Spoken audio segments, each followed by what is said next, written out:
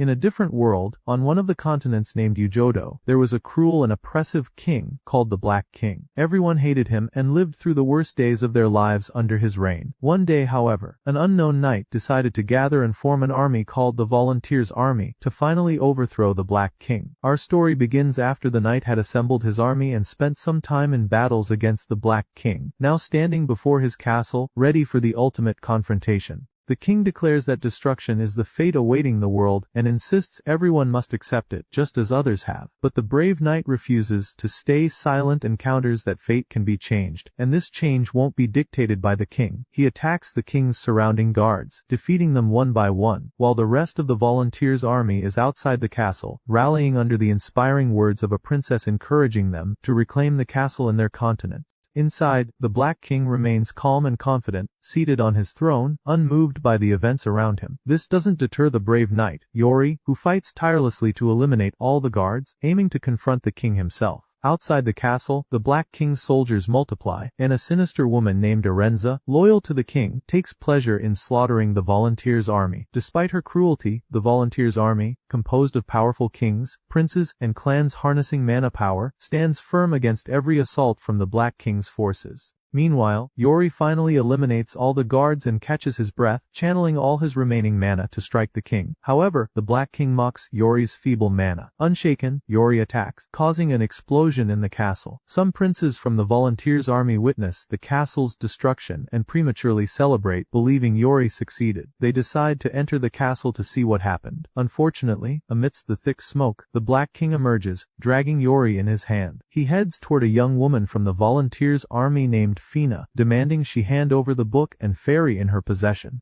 At this moment, it's revealed that Fina is the Black King's daughter. Unlike her father, she is kind-hearted and opposes his deeds. The book and fairy she holds are the keys to unleashing the darkness he desires to spread across the world. When Fina refuses to comply, the king strikes her, causing her to fall. The fairy, Barika, tries to defend Fina, but the Black King grabs her and declares that she symbolizes the light and hope of the world. By killing her, he believes he can engulf the world in fear and darkness. The Black King begins choking Barika, but Princess Urena from the Volunteers' Army enters the castle and shoots an arrow at the king's hand, forcing him to release the fairy before she dies. Urena vows not to forgive the king for killing her father. In response, the Black King summons more of his guards to slow them down and keep them from reaching him. At that moment, Yori regains consciousness and sees what's happening. He grabs his sword from the ground and attacks the king, but the Black King is far stronger and deflects the attack, causing Yori to fall and bleed. The king then turns toward his daughter Fina to take the book. Terrified, Fina clings tightly to the book. Suddenly, the book emits a bright yellow light, and as the king and Fina both touch it simultaneously, it splits in two, with each holding half. Barika the fairy disappears.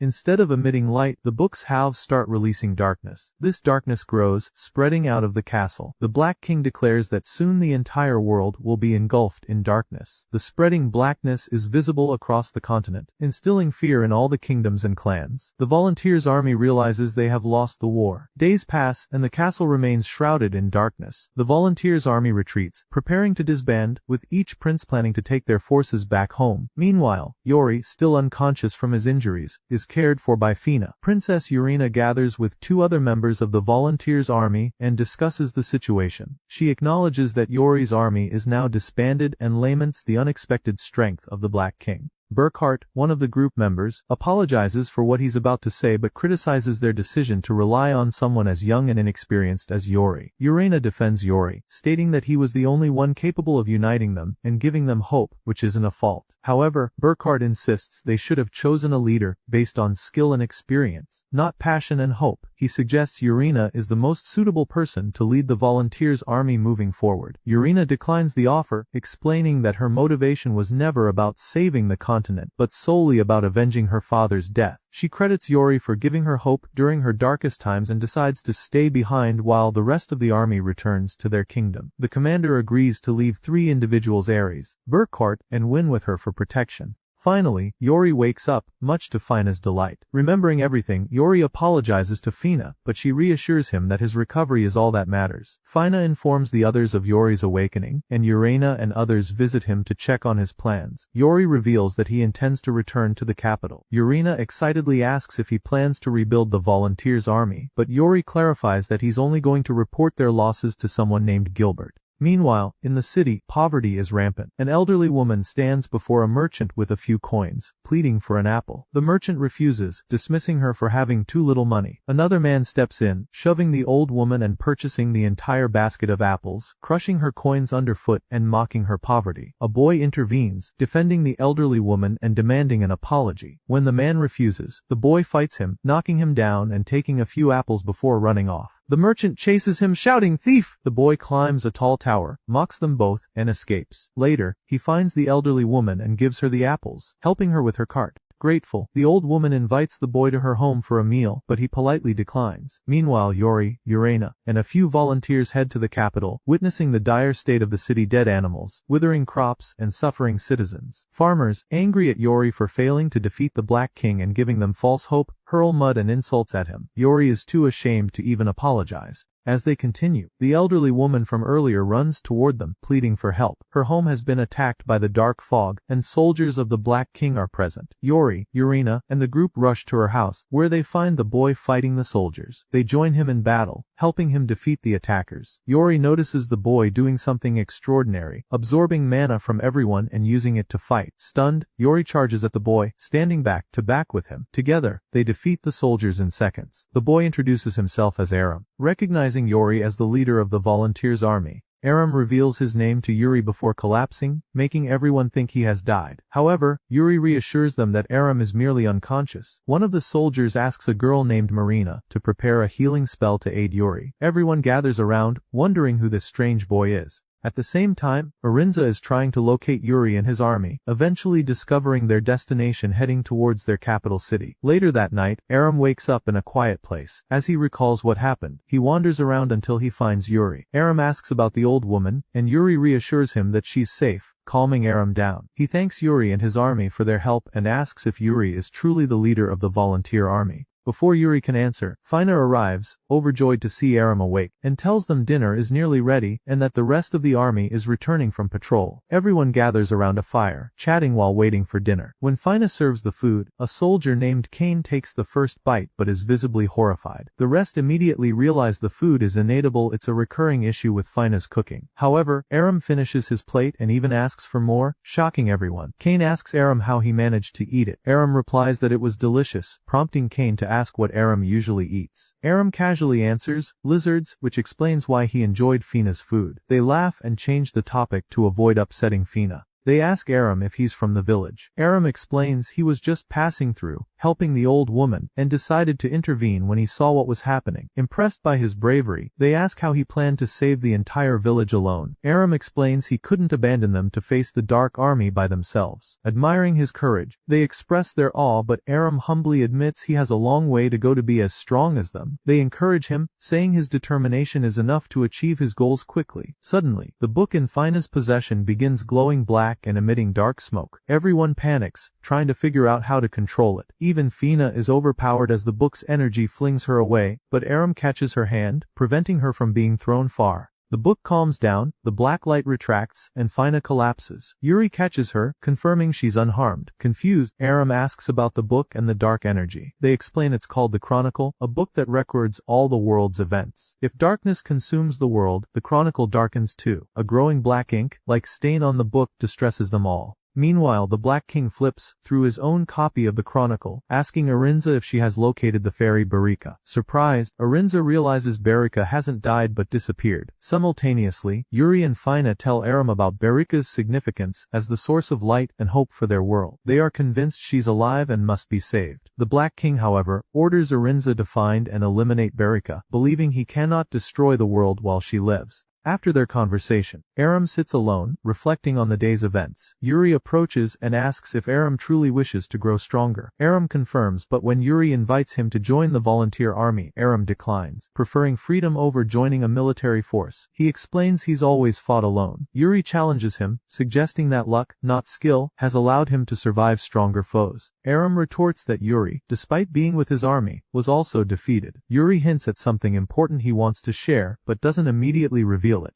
A soldier interrupts, informing them they've found a fog-free path, and they set off at dawn, reaching the city gates. However, they discover it under siege by the Black King's soldiers. The city's army holds the gates, refusing to let the enemy pass. Yuri, Yurina, and their forces join the battle, aiding the defenders. After the battle, the city's commander is relieved to see Yuri alive. Yurina asks for a war update, learning the southern bridge and front wall are destroyed. They're led to see the damage firsthand. Meanwhile, Aram fights courageously, impressing the commander, who asks Yuri if Aram is a new recruit. Yuri confirms with a nod. Yurina and Fina assist the injured villagers, while Yuri assures the commander they'll protect the village, urging him to assist the witch Eldra, defending the poor districts. Yuri and Aram team up to fend off the Dark Army, but Aram drains mana from Burkhart during the fight. Furious, Burkhart confronts him, accusing him of stealing mana. Confused, Aram is about to respond when Burkhart is called away. Watching Burkhart, Aram notices Yuri Kane and a girl forming a trio to eliminate enemies instantly. Impressed, Aram claps and calls it incredible. They laugh at his innocence, explaining their combined mana made them stronger.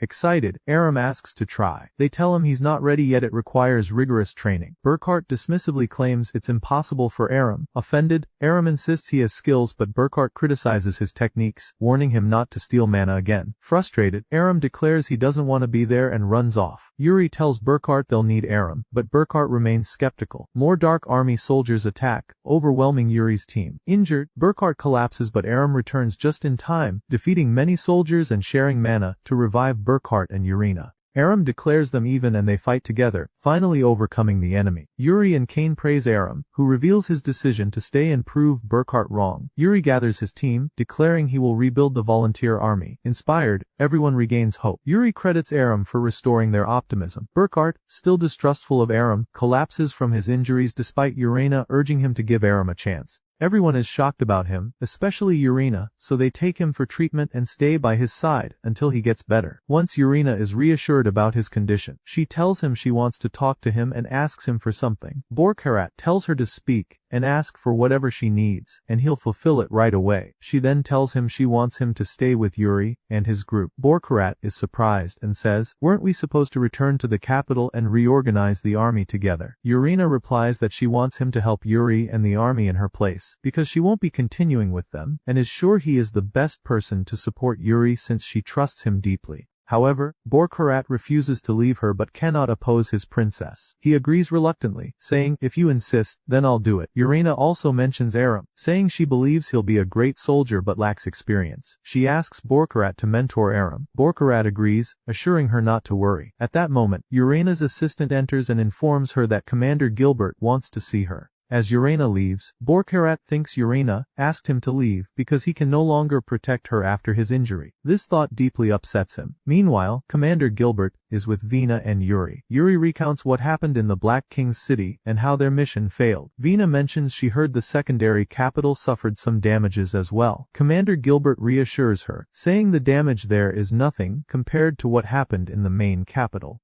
Gilbert then asks Yuri why he thought of forming an army to defeat the Black King again. Yuri replies, "Hope. Hope is what kept me from giving up and made me fight to defeat the Black King and change the fate of everyone." Watching Aram train from above, Yuri adds, "Aram is the one who reignited that hope in me." The three of them enter Gilbert's office, discussing their next step: to visit the first sage's tower and meet the three sages to gain any clue about the fairy Barika's whereabouts. Gilbert tells them to ask for help if needed but admits the current situation limits his ability to provide significant assistance. At that moment, Yurina enters the office. Gilbert stands, opens a box, and hands them mirror-shaped communication devices, telling them to use them anytime they need to contact him. Yurina and Yuri thank him for his support. Meanwhile, Aram, exhausted from training, goes to the market searching for food but realizes he doesn't have money. His hunger tempts him to steal bread, but he ultimately decides against it. Just then, Aram hears a girl scream. He rushes over to find a man holding a knife and threatening her in the marketplace. Dusty, a weapons merchant, tries to convince the man to put down the knife he stole from his shop without harming the girl. Without hesitation, Aram grabs his sword, charges at the man, disarms him, and saves the girl. Guards arrive to arrest the man. Dusty approaches Aram, impressed by his bravery, and introduces himself, explaining he supplies weapons to the volunteer army. Aram notes Dusty is wearing a soldier's attire. Dusty replies he's both a merchant and a soldier. He gifts Aram a sword, saying it was crafted by a famous blacksmith. Aram admires the sword and thanks Dusty, who warns him that the sword reflects the spirit of its wielder.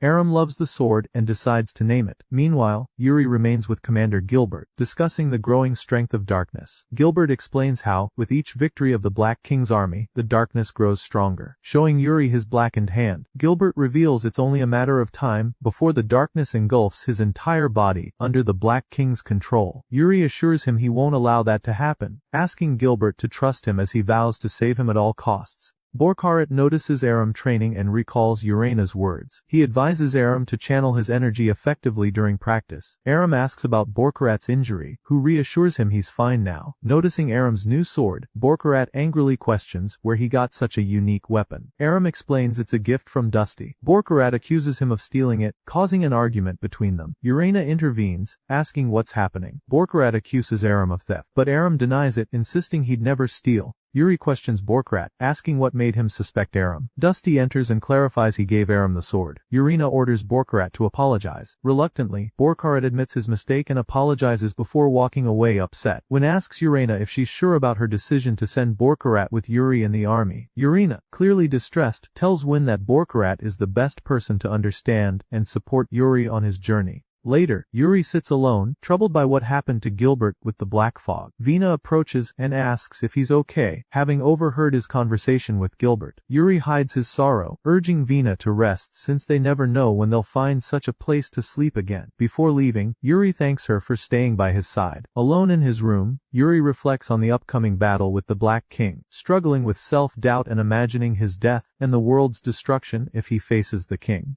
The turmoil ends when a knock interrupts his thoughts. Aram enters, thanking Yori for standing up for him against Borkarat. He confesses he used to steal but has stopped for some time now. Yori changes the topic, asking Aram what he'll do once he gains the strength he desires. Without hesitation, Aram says he'll destroy the Black Army himself. He reveals how they destroyed his village, leaving him alone ever since. Everywhere he settles, they appear and wreak havoc, fueling his desire to grow stronger. Aram asks Yori to teach him all his skills to make him capable. Yori explains that mastering swordsmanship and mana takes time, but advises Aram to start by being worthy of the sword he holds. The next day, Yori, Urena, and their team decide to leave the city. Urena plans to head to another city with her army to recruit more soldiers for the volunteer army. The city's commander assigns Dra, a strong and reputable figure, to assist Yuri's team. They are thrilled by this reinforcement, which includes another notable fighter. As they bid farewell to Urena, they agree she will head to the capital to gather knights, while the rest proceed to the sage's tower. Borkarat, feeling out of place without Urena, broods among Yuri's group. Yuri asks him to train Aram in swordsmanship again, but Borkarat refuses, citing his sour mood and storming off, preoccupied with serving Urena and no one else.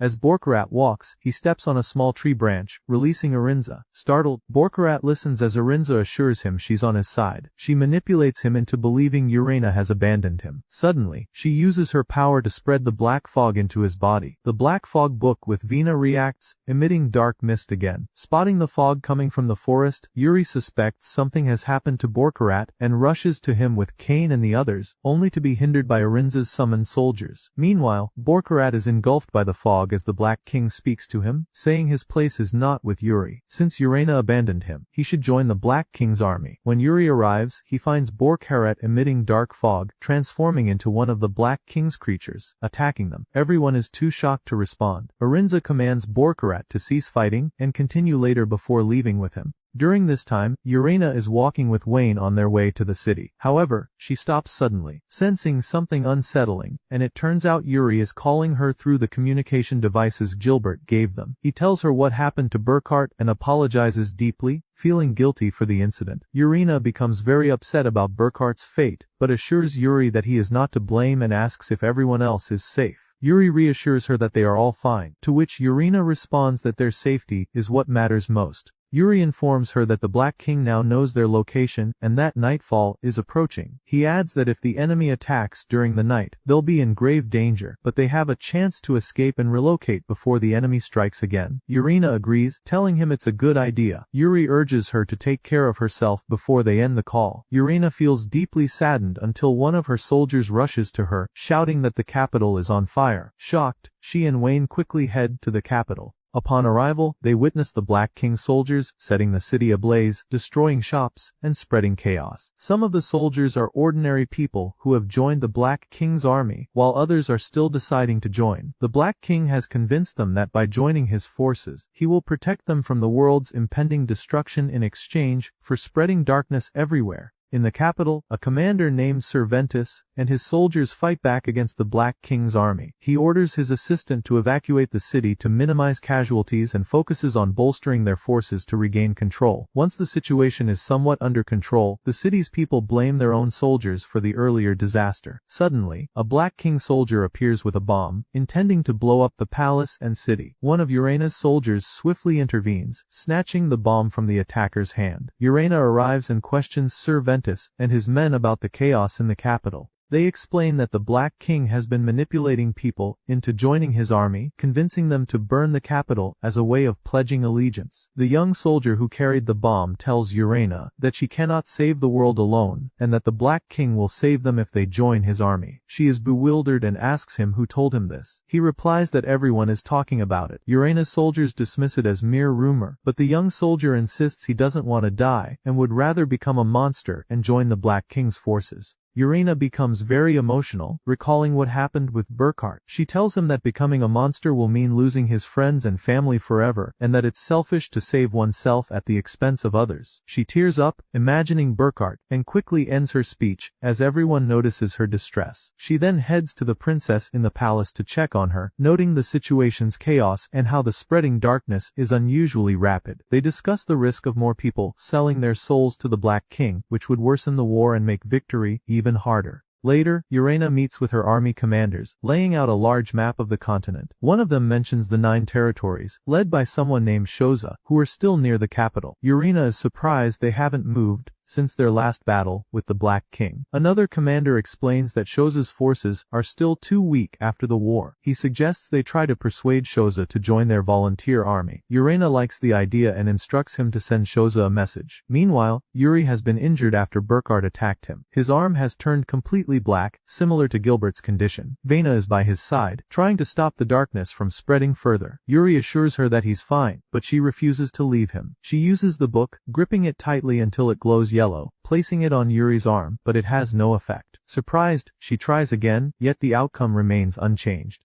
The following day, Yuri and his team prepare to head to the Wise Tower. Upon seeing the massive tower from afar, Aram is awestruck by its size. Yuri explains that the 3 sages there should be able to locate Berika. Suddenly, a group called the Wizard Army, led by Melikor, blocks their path. Melikor refuses to let them pass unless Yuri proves he has regained his strength by forming the volunteer army once again. A small battle ensues, with the wizard army demonstrating incredible strength and high skills. Even Dara doubts her mana can withstand Melikor's attacks. However, Aram helps by transferring some of his mana to her, empowering her to counter Melikor's attacks and turn the battle in their favor. Thanks to Aram and Dara, they win the fight and proceed to the Wise Tower, where they meet the 3 sages Dilma, Fatima, and Melikor, who had just fought them. Melikor reveals he was merely testing them, but Dilma accuses him of being bored rather than conducting any real test. Aram, unimpressed, tells the sages they're not what he expected, as he thought they would be truly wise. Cain agrees with him, saying Aram has a point. The 3 sages then reveal an image of the Black King's castle surrounded by dense black fog. They explain that the castle emits a powerful dark energy, creating the fog around it. Melikor talks at length, prompting Dilma to silence him, summarizing that the barrier around the castle has become nearly impenetrable. When asked if the people will trust them again, Urena confidently states that she will win this time. She asks Fatima if she knows anything about Berika's whereabouts. Fatima confirms Berika is alive, but trapped in a place she cannot escape from alone. When Vena asks for details, Fatima cryptically says there's still hope and they must go to the Labyrinth Pass. After the meeting, Aram explores the tower and encounters 2 members of the wizard army, who praise his ability to transfer mana despite his young age. They offer him advice about the war, but when Aram asks if they'll join the volunteer army, they decline, stating they only take orders from the 3 sages. Meanwhile, Dara speaks with Kachia, another member of the wizard army, who apologizes for attacking her earlier. Dara acknowledges it was under Melikor's orders and understands. When Melikor himself is mentioned, he asks Dara when they plan to leave. Dara responds that they'll stay until they figure out how to penetrate the Black King's castle, as they didn't come all this way for nothing. Their banter reveals a shared love for challenges and playful rivalry. Days pass with no progress on Barika's location. Kane suggests they head to Jojido, the fairy island, to consult Yujido about Barika. Vina, however, insists they first go to the labyrinth, arguing that Fatima wouldn't have advised it without reason. The wizard army also announces they'll join the labyrinth journey, claiming Melikor is interested in an artifact recently discovered there. Aram is delighted by their camaraderie, but they clarify they're acting on Melikor's orders. Motivated, Yori rallies them all, and they set off together, unified like one team. As soon as they arrive at the maze, they are surprised by a black snowstorm attacking them. They don't expect the maze to be controlled by the blackness of the Black King. On top of that, the king's soldiers attack them relentlessly. Every time they manage to defeat one, they are shocked to see its broken bones reassembling, making it impossible to kill. Yuri tells Marina to use her healing magic. Marina chants her spell, and her magic hits the king's soldiers. Since they are not truly alive, the spell backfires, and they die. Suddenly, they hear more soldiers approaching from a distance, and a small, adorable creature runs away from them, clinging to Aram in fear. Unexpectedly, the snow under Aram begins to shake and collapse. Aram falls, and when Yuri tries to catch him, he falls with him. Klaus, a member of the mage group, blames Vilnar from the same group, saying his spell caused the snow beneath Aram to weaken. The group hesitates, unsure of what to do. Someone suggests they go to the Earth Fairies first and ask for their help, as they know the mountain best. They agree, saying Yuri would have made the same decision if he were here. They move forward, and Fina thinks to herself that the blackness in this mountain is extremely strong and strange. Meanwhile, Aram and Yuri find themselves safe but lost. They explore the area, trying to find a way out. Aram asks Yuri about the small creature, and Yuri says he senses no evil from it, and sees no harm in keeping it for now. Aram is delighted, having grown fond of the creature, and names it Furball because it's round and fluffy. Yuri laughs and teases him, asking if he plans to keep it forever. Aram replies that he'll only keep it until they complete their mission. Yuri remarks that Furball seems like it wants to stay with Aram permanently. Suddenly, Yuri feels weak and tells Aram the snowstorm is too intense and they need to camp for now before continuing. Aram insists they should press on to find a way out, but Yuri explains that the cold will weaken them further and insists on waiting until the storm subsides. Aram listens to him. Meanwhile, Fina and the rest of the group reach the Earth Fairies' land. They explain that Yuri and Aram are missing. The fairies say they will immediately send out a team to search for them, and ask if anyone would like to join the search party. The team agrees, saying they will take some of the fairies with them to search. The fairy leader orders another fairy named Kiki, from the Fire Fairies, to assemble a search team. The leader then tells the group it's fortunate they're here, because they've found something strange and massive in their cave. Back with Yuri and Aram, they build a snow shelter to wait out the storm. Aram takes Yuri's communication device, trying to activate it but fails. Yuri explains it's likely malfunctioning because of the storm. Aram insists they shouldn't just sit idle, but Yuri teaches him the golden rule: if you're lost, stay put. He reassures Aram that Fina and the others must have already asked the Earth Fairies for help and are searching for them. Aram asks if Yuri is sure the fairies will really look for them, and if the team even managed to reach them. Yuri reassures him, saying the team has fought alongside him for a long time and would never abandon him. They'll do whatever it takes to find them. Aram admits he feels jealous of Yuri's faith in his friends and wishes he had such friends, since he's always had to do everything alone. Yuri comforts him, saying one day he'll find friends he can trust and build the bond he's longing for. Meanwhile, Fina and Marina stay with the fairies while the rest of the group joins the search. Marina tells Fina she thinks they should have gone with the search party. Fina explains they need to stay to uncover what's in the fairies' cave. She believes Fatima didn't send them here for nothing, and they need to figure out why. Inside the cave, they find a giant statue. Fina asks Marina if she senses anything from it. Marina touches the statue and senses it holds immense magical power. Fina says they must learn more about it, believing it's the reason Fatima sent them here. Suddenly, Fina's book glows yellow, flipping its pages until it stops. Fina reads aloud, "In the depths of the maze lies the sword of hope, capable of cutting through the darkness." Fina looks at the statue shaped like a sword and says it must help them. Aram starts to drift off to sleep, but Yuri wakes him, telling him he can't fall asleep now. Yuri tries to distract him by suggesting a word game. Aram laughs and agrees, but suddenly, Furball disappears. Aram rushes out to look for it but can't find it. He calls for Yuri, but Yuri has vanished too. The scene shifts to Shoza's army. Yorina considers seeking their help to join the fight. Shoza's guard reads her letter, informing him of her request. Back with Yuri, he searches for Aram, who disappeared after leaving the shelter. Yuri suspects Aram got lost and reluctantly steps out to look for him. He pauses, questioning whether he should walk through the storm, blaming Aram for moving when he knew they could get separated. He begins to think selfishly, wondering if it would be his fault if Aram gets lost or dies. He scolds himself for such thoughts, but is haunted by visions of failure and doubts about his ability to lead.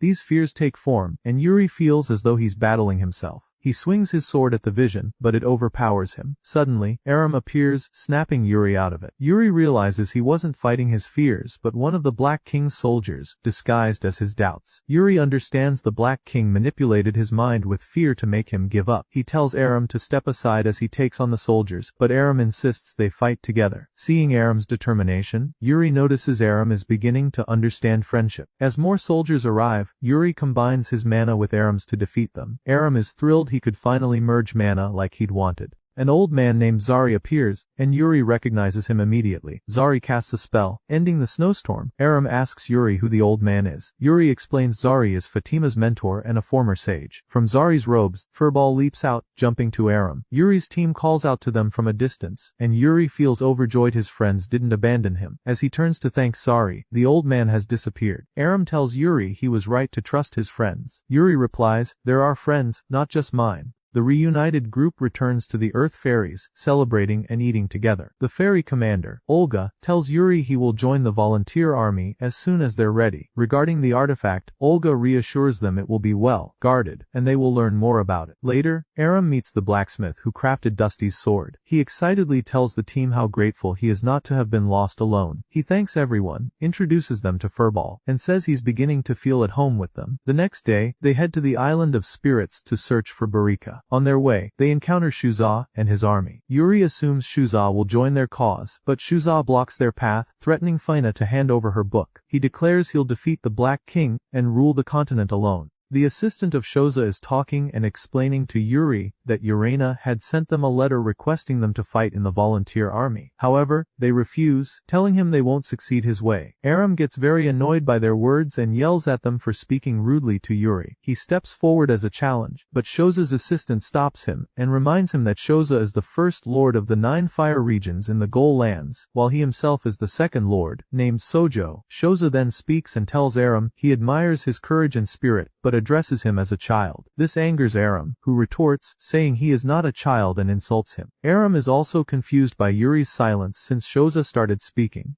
Shoza, tired of their exchange, turns to Fina, asking her for the book she has. When Aram tries to stop him, Shoza becomes frustrated, raises his sword to push him aside, but Yuri intervenes with his sword and tells him that now is not the time for fighting among themselves. Shoza responds to Yuri, saying that his compassion has always been his biggest problem. With that compassion, he lost to the Black King. At that moment, Yuri recalls his early battles against the Black King, standing alongside Shoza in the fight. Back then, Shoza had told him to use their allies as shields to save himself because he was the most important of them all. But, of course, Yuri could never do such a thing. Now, Shoza strikes Yuri, knocking him to the ground, though not injuring him, and tells them he won't hurt any of them. He asks Fina for the book for the 3rd time, but she tells him the book's power only manifests for the one it chooses. Shoza provokes her, saying it doesn't matter because he'll make it choose him. At this moment, Yuri rises and attacks Shoza again, but Shoza easily blocks the strike. Meanwhile, Urena, the one responsible for all this, is in the palace, trying to clear her thoughts. She tells herself she must face her fears because she is one of the 17 monarchs. She believes she needs to choose someone trustworthy to inherit control of the world soon. She stands before a woman named Lilith, who casts a spell to clear her mind. Urena tells Lilith that she needs to share her thoughts with the entire world. It seems Urena has made a life-changing decision, though no one knows it yet. She gathers with 2 of her commanders and announces her decision to take responsibility, give the people hope, and finally inherit her father's throne, becoming queen. Meanwhile, Yori is still fighting Shoza and orders Aram to protect Fina and leave quickly. The rest of Yuri's team arrives, and Shoza and Sojo command their army to attack Yori and his group. During the fight, Yuri tries to reason with Shoza, asking him to reconsider and join their army. Shoza, enjoying the chance to provoke Yuri, declares that if Yuri chooses the path of light, he will always stand against him, embracing the path of darkness. He says he will take everything for himself, become the ruler of the 9 lands, the continent, and the power of shadow. He then reveals his arm, emitting black smoke, and tells Yuri he will seize that power and become the true Black King. Shoza attacks Yuri with all his might, showing great strength. Yuri barely manages to block his strikes. Kane runs toward Yuri, calling out to him so they can merge their mana. But just as Kane reaches him and their mana merges, Shoza strikes Yuri, breaking the bond and knocking him down. Shoza turns to Aram, striking him to get him away from Fina. He finally seizes the book from Fina. Yuri gets up and, seeing Shoza with the book, rushes at him to stop him. Suddenly, swords fall from the sky, and with them descends a massive being, revealing a girl accompanied by Irinza and Burkhart, who has transformed. Shoza asks them who they are. Irinza introduces the girl as Olesda and tells Shoza he doesn't seem so different from them, asking if he would join them. Shoza laughs and declines. Irinza commands Olesda to eliminate Shoza. Shoza's army intervenes to protect him, but Olesda proves incredibly strong and fast, wiping them out like a storm. Chaos ensues as everyone starts fighting.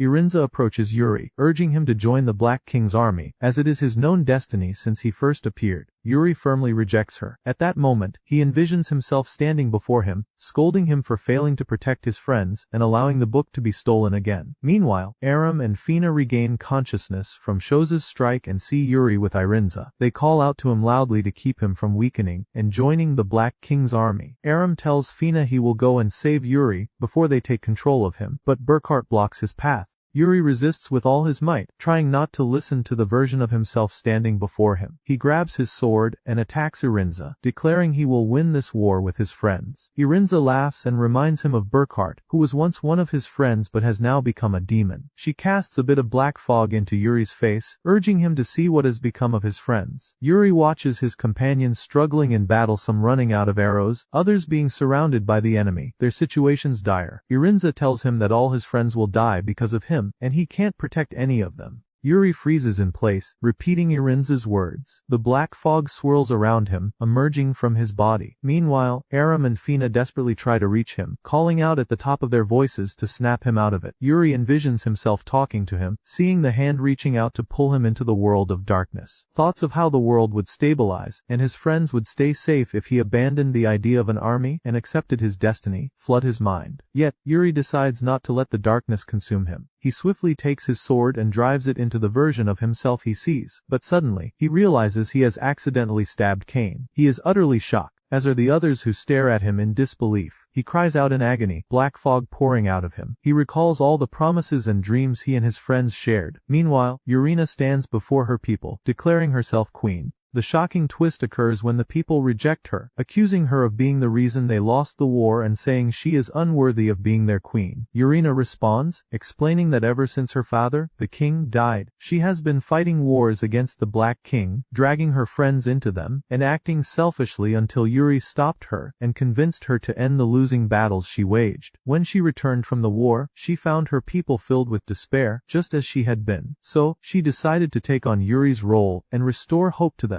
because it was her duty. On the other side, black fog emanates from Yuri's eyes, hands, and every part of him, as his eyes turn completely black. While people cheer for Urina's bravery, Yuri is left in torment as his friends stand helplessly, unable to save him. Suddenly, Yuri transforms into one of the Black Army's monsters, leaving everyone in shock. Aram can't believe it, speaking to Yuri in disbelief, while Shoza stands smugly in front of Yuri, mocking him for his downfall and for having defeated his own comrade. Shoza tells Yuri that someone like him is unworthy of standing before the Black King, even for a moment. When Shoza attempts to attack Yuri to finish him off, the Black Army soldiers stop him, as Yuri is now one of them. Arenza begins preparing a portal to take everyone to the Black King. Aram tries to follow and enter the portal, but Burkrat stops him with an electric barrier, and Yuri and the others pass through the portal, disappearing. Everyone is left heartbroken, and Kane takes Aram to Marina so she can heal him with her magic.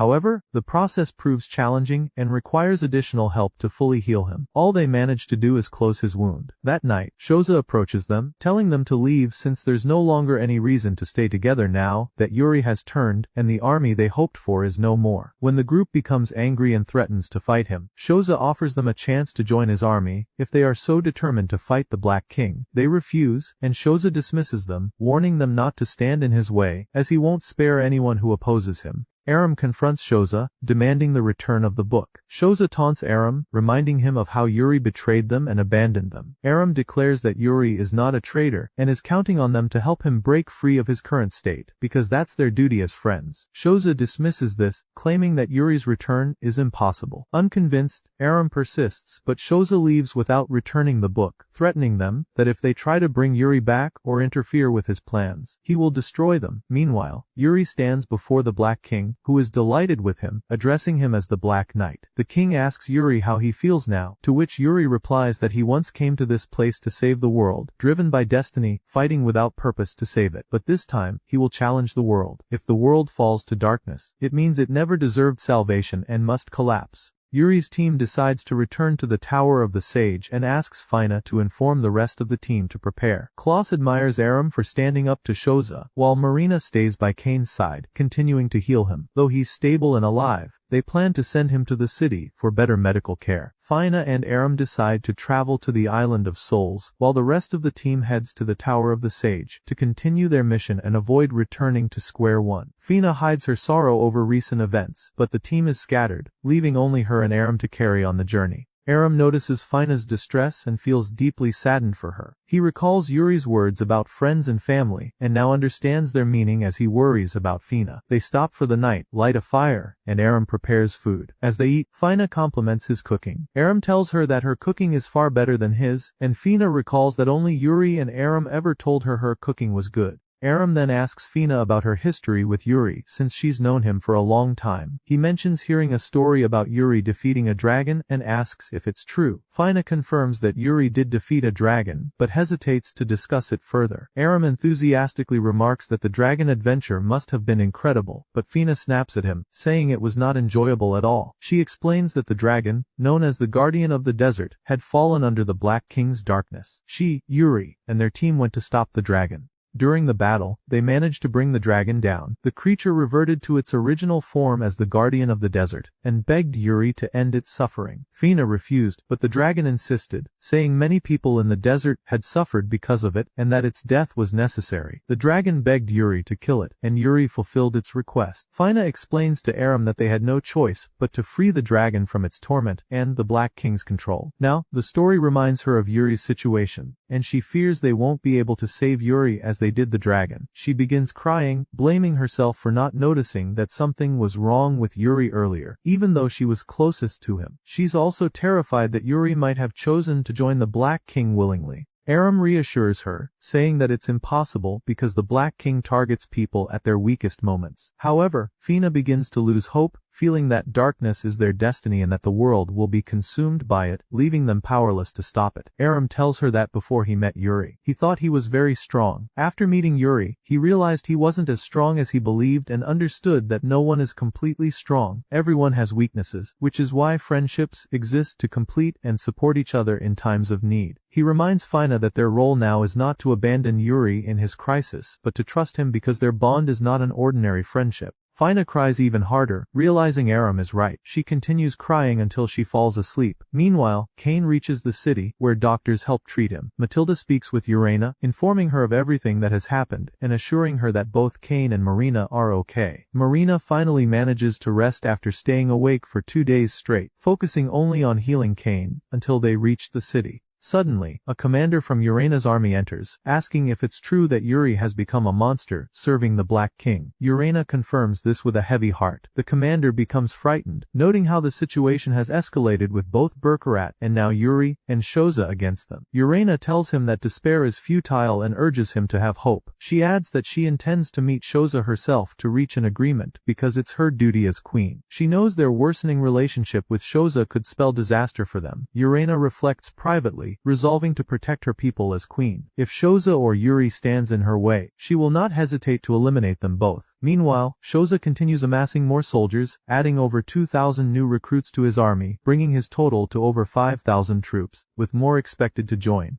Finally, we see the three sages at the Tower of the Sage standing before the enormous statue from the fairy cave, debating what to do with it. When the mage group arrives, the sages ask about the volunteers' army, and they recount what happened with Yori. Fatima makes a strange remark saying this could be a test for the new light. Confused, the sages ask her what the new light is. Fatima explains that it's only a faint possibility, but there are things that must be done to confirm it. She mentions having an important request for them, but doesn't reveal what it is yet. Meanwhile, Fina and Aram finally reach the Island of Souls. Aram and Fina find themselves with no choice but to cross the sea. As they board the boat, Aram recalls a conversation with Yori, asking him why the Spirit Island is key to finding Baraka. Yori had told him about a figure named Yojodo, who resides in the World Tree Library on the Spirit Island, and is the one who can guide them. Aram notices that the name of the one who will help them is the same as their continent. Fina explains that Yojodo is a unique and famous fairy known to all. When they arrive at the island's shore, they find it shrouded in black mist, with the king's soldiers scattered everywhere. Fortunately, a fairy appears and defeats the soldiers in front of them, urging Fina to follow her quickly. As there is no time to waste, they run after her as she requested, and she asks if they have come to meet Yojodo. They confirm this, but the island's dire state becomes apparent as they see large parts destroyed by the soldiers. Yori suddenly appears in his new form, shocking the fairies present. He starts fighting Aram, who attempts to remind him of his old self. However, Yori tells him they will never defeat the Black King and knocks Aram down, cryptically saying he will soon understand what he means. Aram gets back up, declaring he will never become like Yori. The fairies gather around Yori to distract him, giving Aram and Fina a chance to escape. Aram is reluctant to leave and wants to continue fighting Yori, but seeing Fina's shocked expression, he chooses to get her far away and find Yojodo instead. As they move, the trees close behind them to block anyone from following. They walk a long distance until they reach a massive tree and see Yojodo, who calls them over and points out where they should go. She urges them to hurry before the fairies' barrier collapses, and the mist overwhelms them. She leads them quickly, saying the book and record they need are ready. Inside, they find a vast library and a book resembling the one Shoza took. Yojodo opens the glowing yellow book and casts a spell, transporting them all to the secondary capital. Fina tells Aram they are inside Yojodo's book. As they flip through its pages, Aram asks if this is the same book she had before. Fina explains that her book was a summary of the continent's history, but Yojodo's book contains more detailed information. She continues flipping until they find the right page, saying they will return to the time of the Castle War when Baraka disappeared.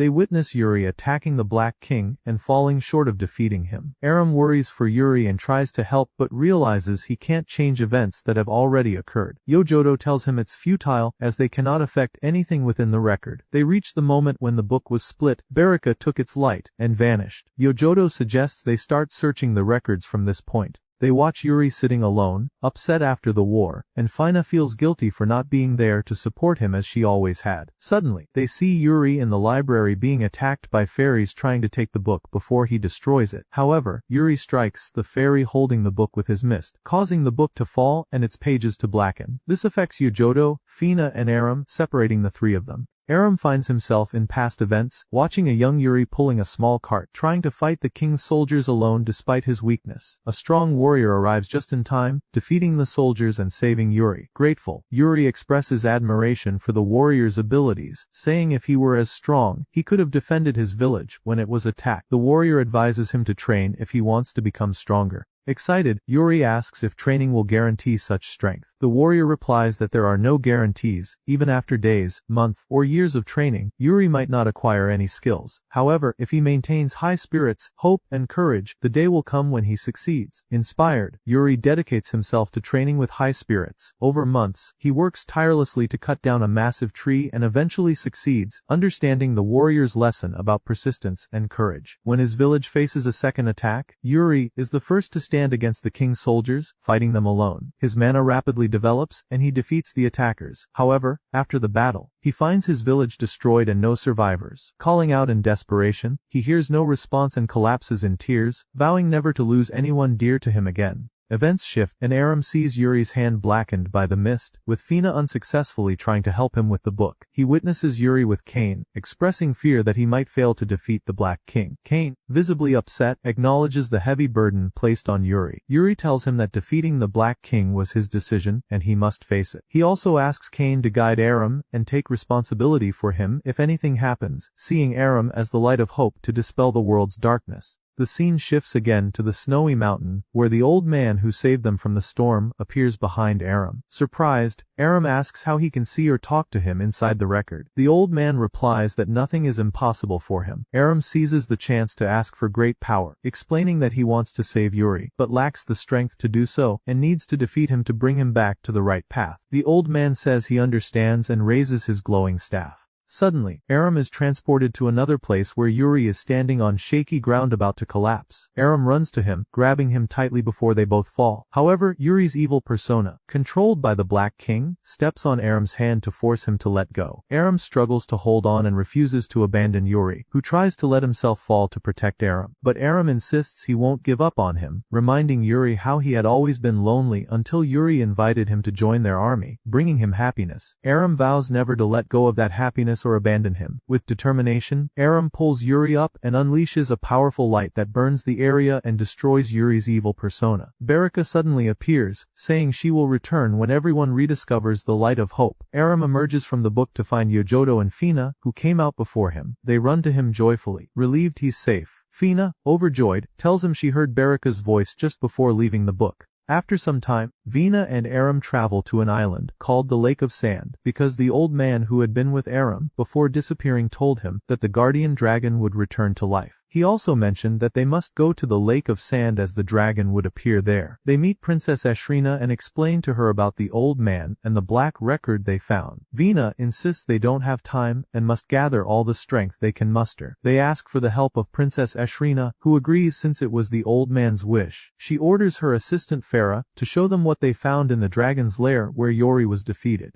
Farah shows them a carved stone with inscriptions, which Vina realizes are lyrics to a song. Princess Ashrina shares that she has always wished for the forest fairy Muzeka to sing the song, believing it would have a significant effect. Aram suggests that the wish might awaken the new guardian dragon, and they must find Muzeka, the legendary forest fairy, to sing the song and awaken the dragon. Princess Ashrina commands Farah to find Muzeka and bring her to them. Vina requests to accompany Farah in the search. Just then, a soldier named Khalifa enters and informs the princess that he saw an army of 10,000 soldiers carrying the banner of the Nine Lands. They deduce that it must be Shoza's army. However, Khalifa adds that another army is blocking Shoza's path, also numbering 10,000 soldiers. It turns out to be the Holy Capital's army led by Urina, who has decided to confront Shoza. Urina and her army stand on a high hill overlooking Shoza's forces. Both sides wait for the other to initiate the attack. Urina suggests sending messengers, but her soldiers inform her that none of the messengers returned because Shoza's forces killed them. Urina concludes that they have no choice but to fight. Suddenly, a voice calls out, announcing a message from Princess Ashrina of the desert. The voice warns both armies that fighting would bring them great suffering and suggests resolving their conflict through dialogue instead of the sword. The message offers a neutral location in the desert for their meeting, and reminds them that their real enemy is the Black King, not each other. Shozo is intrigued by this suggestion and agrees, wanting to see what would happen during the talks. Urina quickly accepts the offer, recognizing it as a rare opportunity. Khalifa introduces himself to Urina as Princess Ashrina's advisor and takes Aram to meet her. Urina is overjoyed to see Aram again and treats him like a child, much to his irritation, as always.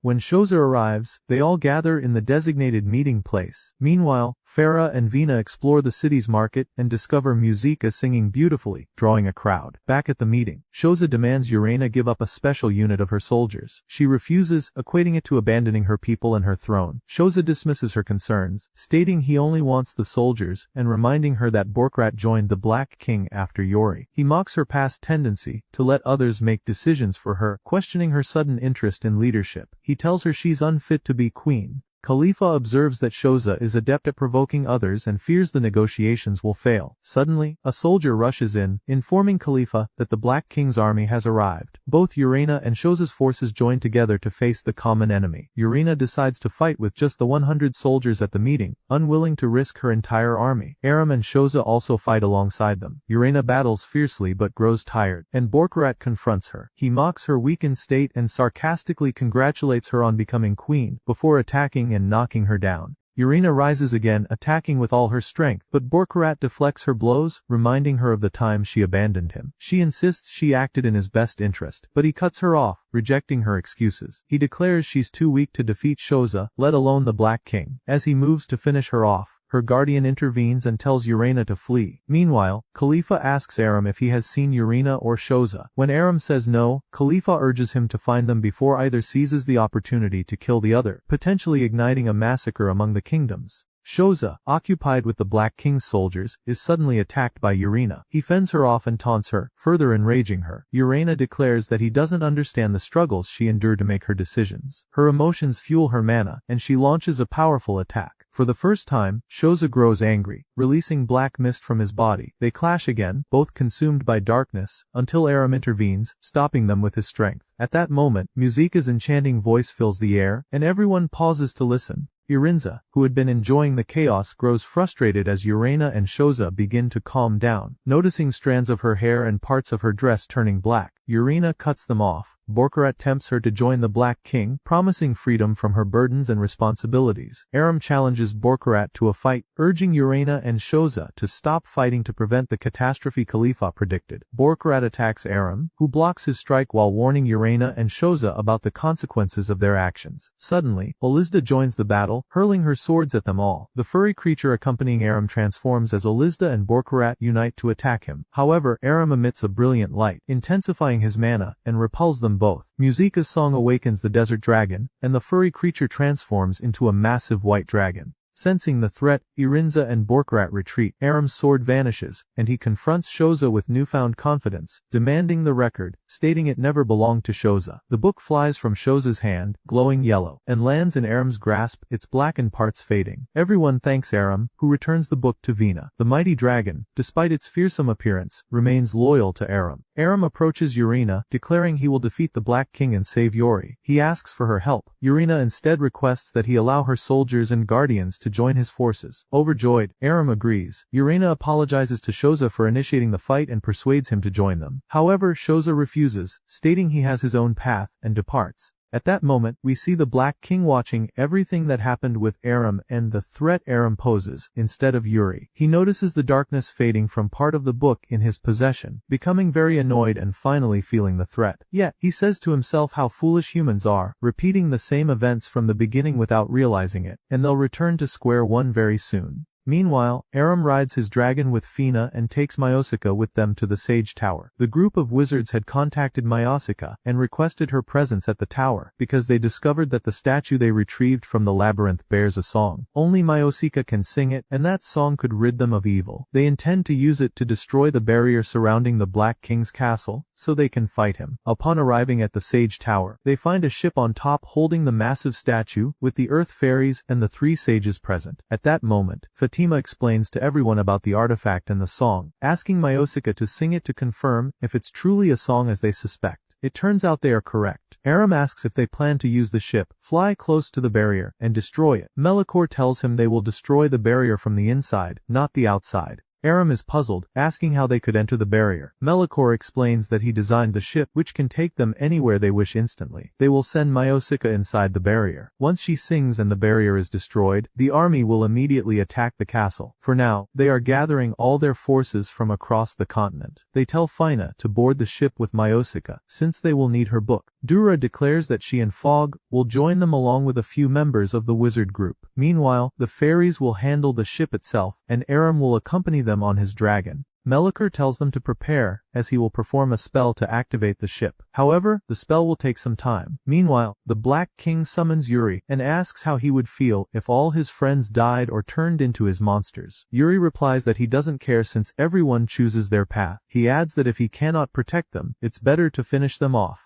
Aram visits the famous blacksmith, who crafted his sword to repair the scratches it sustained during battles. The blacksmith remarks on how Aram's personality has changed since last time, noting his significant growth. He thanks Aram for becoming a warrior worthy of wielding his sword. Aram feels happy, taking his sword and wandering around the tower. At that moment, he encounters Vilnar from the wizard group, who asks to talk to him. Vilnar pulls him aside and asks if he could finish off Yori. He tells Aram not to board the ship if he isn't sure he can do it. Aram firmly replies that he will go and bring Yori back, not kill him. Vilnar shouts at him, declaring that Yori is no longer the same person and can never return. Aram insists he knows what he is doing and is confident in himself. Vilnar tells him to give it his all, because this is their last chance. Afterward, Aram joins Fina on the ship. Fina notices Aram is nervous, but Aram denies it. She laughs at him, saying it's okay to be a little nervous since Yori always got nervous before any battle too. She shares how, when her village was destroyed, Yori stood by her side, took her in, and they were together through all their good and bad moments. Aram reassures her that he will bring Yori back. Suddenly, Burkhart appears on the ship and attacks Fina to take the book. Aram stops him, telling Fina to run and call for help.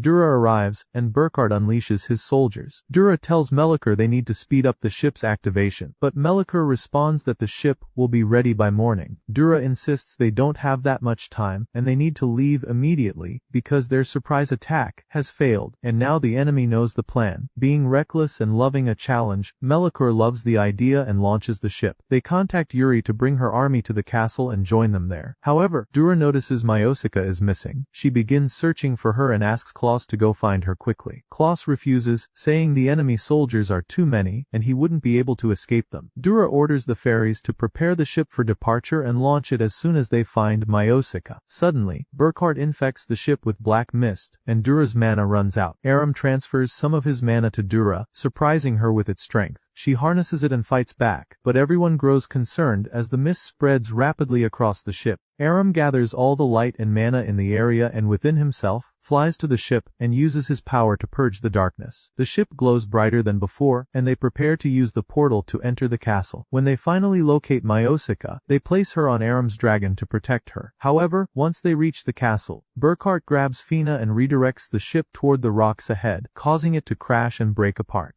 The connection also shows us, and the rest of the armies are cutting off, and things are getting really difficult for them. Fiorina tells them they must keep going until they reach the castle, and see what they find there. Meanwhile, as the ship was being destroyed, Fiorina and her army had already arrived, seeing the ship crashing into the rocks. At that moment, Aram fell from the ship along with the statue. Fiorina's assistant tells her that the barrier should have been removed as soon as the ship entered. As for Aram, he finds himself inside the castle, surrounded by many of the Black King's soldiers. He tries to get rid of them, and then his dragon appears, breathing fire and wiping out all the soldiers. We find that Musica is still on the dragon's back, unharmed, and the rest of the team gathers, all safe and sound. Aram tells them that Fina is in danger and that they need to rescue her now. Vilnar says they can save her after they defeat the Black King, and Aram agrees, telling his dragon to take care of Musica. Vug and Dara tell Aram they need to hurry and destroy the barrier, so the rest of the soldiers can enter. Musica runs toward the statue and sings the song inscribed on it. The statue emits a bright yellow light, and the barrier begins to crack, piece by piece, revealing the castle to the army. Fiorina orders all her forces to begin the attack immediately. The Black King watches them, visibly frustrated, while Burkhart stands next to him, holding Fina captive and holding the book. Fina recalls that before she boarded the ship, she had gone to Melekar, who had drawn a light seal on her body. When she remembers this, she feels reassured but also recalls that Melekar warned her that using the magic of this seal could kill her. Suddenly, Yori appears in front of the Black King. When Fina sees him, she tries to talk to him, asking him to return to them, but he only restrains her, preventing her from moving. He takes the book and hands it to the Black King. The Black King notices that the half of the book that Fina had bears a symbol resembling a crown. The moment he touches the book, the crown glows yellow. The Black King announces that he knew Baraka was hidden inside the book and begins spreading darkness throughout his own book. Fina asks him why he wants to destroy the world, but he doesn't answer.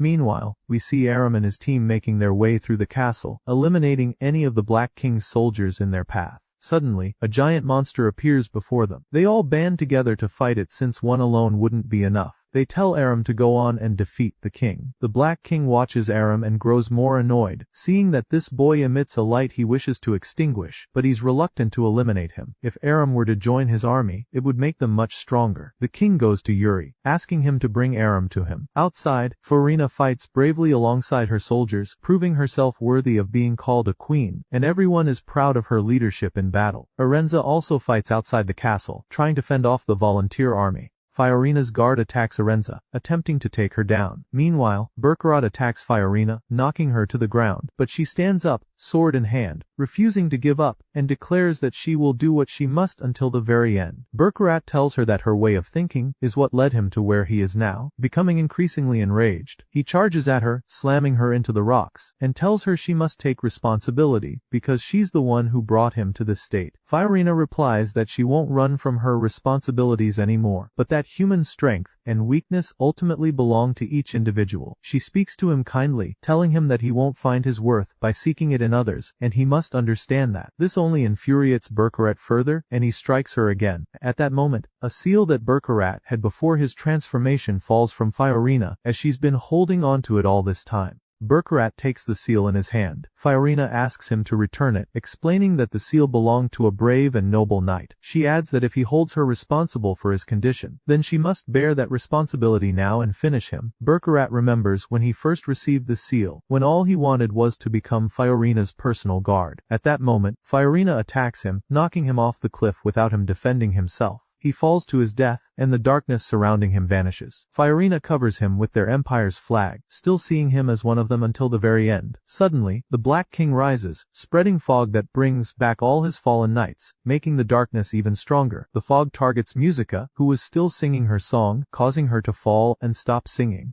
Meanwhile, Yori faces Aram and attacks him. Aram tells him that he'll bring him back, even if it means defeating him. He tells Yori that it was he who got him to this point, only to abandon him, but he won't let Yori give up on himself, or on the life he fought for. He tells Yori that he doesn't have to fulfill the desires of others, but should have followed his own. Aram asks Yori if there's anything he wishes to accomplish now. Yori replies that he has no desires or responsibilities and only wants to increase his dark power, destroy everything around him, and end the world he once fought for, continuing his attack on Aram. Outside, we see the army retreating as the Black King's knights keep growing in number and refuse to die. The darkness intensifies, and the wall begins to reform. At this point, Aram recalls Vilnar's words before they boarded the ship, telling him he must be ready to finish off Yori at any moment. Aram understands that words will never bring Yori back, and he must fight him himself. He realizes he faces two options: either Yori comes back, or he dies. He asks himself whether he can actually do it. But for the first time in the wars between the army and the Black King, neither Aram nor the army surrenders. Their experience grows with every passing moment, whether it's Fiorina leading and fighting alongside her army, or Aram radiating light to fill the world. Aram attacks Yori with his light. Meanwhile, Arenza grows increasingly frustrated with Fiorina, seeing her as a source of hope for her army, and attacks her. But unexpectedly, Shoza arrives just in time, defending Fiorina and bringing his entire army to join the battle. Musica is saved before anything happens to her, and they make her sing again, causing the barrier to break once more. As for Arenza, she stands before Shoza and Urena, declaring they have no chance and won't be able to capture their castle. Shoza assures her not to worry about them, as Aram is the one who will finish them off. He speaks with great confidence in him, because he believes that anyone who can stand before them and speak the way Aram does is strong, brave, and capable of achieving the impossible. Arenza is surprised, as she thought Shoza would join them. She casts a spell, making the sky rain fireballs.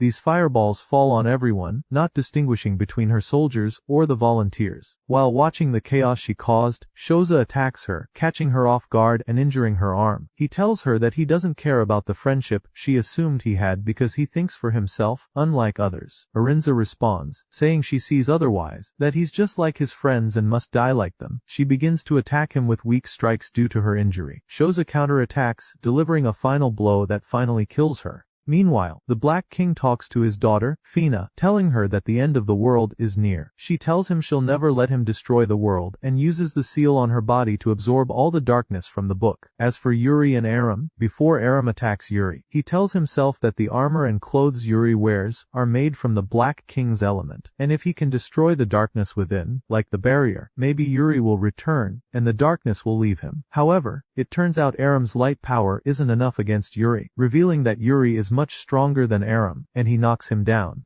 At this moment, some of Aram's team, including Kane, arrive. Aram is overjoyed to see him, and they all stand before Yori, telling him he isn't alone. They agree that to bring Yori back, they need to remove the black armor from his eyes and body. They unite and attack him all at once, each showcasing their power against Yori. Aram steps in and delivers the final blow, using his light and strength to destroy the armor on Yori. Then, we see Yori in his mind, battling himself in a completely different world, trying to escape the darkness he's trapped in. However, the power of the darkness keeps stopping him until he sees Aram's light, which guides and strengthens him, helping him fight and defeat his evil self. Yori finally returns, and all the darkness leaves him, replaced by light. They are overjoyed when they see him, feeling as if they've won the war. Fina, meanwhile, absorbs all the darkness from the book. Just as she intended, her father, the king, tells her she sacrificed herself for nothing because he can easily turn the book black again by simply touching it. At that moment, Aram and Yori stop him, attacking him together. They take Fina to Marina for treatment, and she regains consciousness, seeing the kind-hearted Yori before her. Together, they all stand united against the Black King. Unlike last time when they left Yori to face him alone, the Black King uses his skills to create a portal, allowing him to move anywhere within the castle, trying to scatter and kill Aram. However, Yori prevents him from harming Aram or doing anything to him. They stand side by side, one in front of the king and one behind him.